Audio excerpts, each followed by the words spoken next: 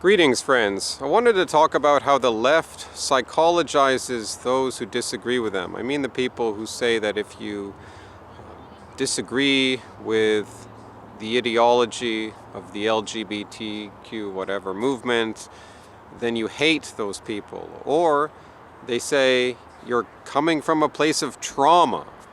They might say that you are one of the people you claim to hate. They say you hate. You don't actually hate them, although there may be overlap because some things we find disgusting, certain lifestyles, and we wish well for the people. We wish their ways to change. And sometimes people who find other people disgusting also hate those people. That may be true, but I think it's unfair to say that everyone who finds certain behaviors disgusting therefore hates those people. There's some overlap, but that's not at all the Christian ideal. And if you think all Christian people feel that way, and it's not just Christian people, I mean, Christian society generally treated those outside the normal boundaries like that with generally more hospitality than the non-Christian societies where these people could be hunted down and killed. So it is not the Christian ideal to hold on to hate in one's heart. Related to this is their tactic as categorizing those who disagree with them as having a phobia. A lot of this began with Sigmund Freud, the pseudo-psychologist who was very influential in shaping Western culture through the elites, through the establishment, bringing about a world where we are repressed, and we were repressed particularly by the patriarch of the family. And he didn't like European culture generally, or Americans, or white people. Sigmund Freud was not your friend. And he's regarded as a pseudoscientist now, but his influence is far-reaching. And they will say that if you disagree that a man can become a woman, then you are quote-unquote transphobic. This is saying that you are afraid. A phobia is a fear, like the way some people are afraid of spiders, or afraid of crowded places, or tight spaces, claustrophobia. That's a real anxiety that people might get when they're put in these scenarios. But now you're taking a phobia and you're applying it to things which may be just seem wrong to us. But seeming wrong does not necessarily mean that you perceive a threat to your person.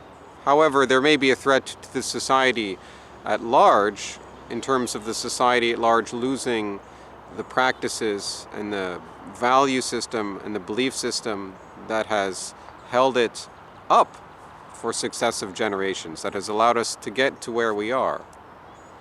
And we do see changes in value structures. In ancient Greece there was degeneracy, and the Roman Empire went into degeneracy, and now American culture and Western culture generally has slid into degeneracy. It's been happening for decades and decades and decades, or longer.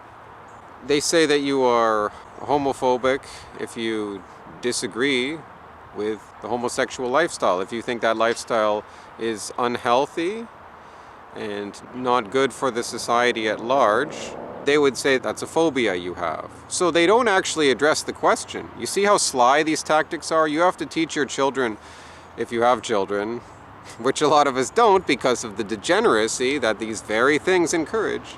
We're all, guilty to some degree, but part of turning things around begins with recognizing that some values are based in objective truth, that there is an objective truth. Things aren't relative. That some worldviews are closer to the truth than others, and perhaps one worldview has the fullness of the truth. No, these people slide into relativism. They psychologize their opponents. They claim to be asking deep questions. We're going to ask the questions that the religious people won't ask. We're going to ask about ways of expression. They're going to use these words, which are really just covers for them, because they avoid looking at the logic of their claims. They avoid looking at the deeper questions as they claim to do. They do what would be an ad hominem in a way, and a distraction, smoke and mirrors, but really, really sly stuff. These people don't like you, and they're not your friends. Most of the people in the universities, the professors, they don't like you. They're not part of your group. They don't like Christians, they don't like white people. Neither do those in the media, neither do those in the government. They are the establishment. And this seeps into the middle class culture, or what's left of it, or the upper middle class. It seeps into them, the bourgeois intellectual class, the managerial class. And they will actually cause their own decline. They are leading to their own disappearance by not having children, by having legitimately disturbed minds, which lead them into illness. So you have to recognize these tactics. They're assaulting us every day. They belittle you, and they always give themselves away, but you have to be willing to take the step to think and question. Can I really trust these people? And that's a place that a lot of people don't want to go in. We want to believe that we were taught the truth in university. We want to believe that the stuff in our wider social circle are based on the way things ought to be. So in summary, recognize these three related sly, deflecting tactics and ad hominem attacks, which are logical fallacies. Recognize these three of the left. They are the psychologizing, broadly speaking, and under that heading we have using the language of phobia. Say, oh, you're afraid of this thing. Using language that you are this thing, that you are actually what you claim to criticize, and that you are actually hateful.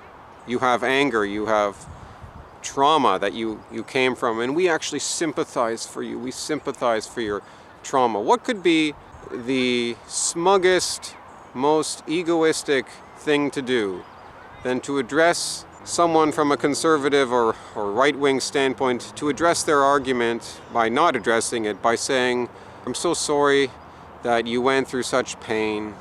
This trauma has just really affected you, and through healing we can all come to move past hate, and we can integrate and express who we really are. That's just about as bad as some Christian who disagrees with someone saying, oh, I'm going to pray for you. Like, I mean, it's good to pray for people, but to say it to their face when you disagree with, oh, I'm going to pray for you. Like you're having a disagreement with someone, they don't want to listen. Oh, I'm going to pray for you. Yeah. That's about as bad as it is. And actually, what the left is the continuation of the Christian moral system. Now it's disconnected from God, because at its core is a resentment of God, but it goes back to the abolitionist movement, the left, and again, that goes back further to the Puritans, and that goes back further to the Reformation, and it goes back beyond that. But you get this moralist culture, which up until the 20th century was still at least explicitly Christian, but now it's decayed to the point where they actually hate God, but they know deep down that there are truths to morality, that there is a creator, because the law of God is written on our hearts. So they enact this twisted morality, this degenerate system of values, which spirals into falsehood. Hasta luego, amigos.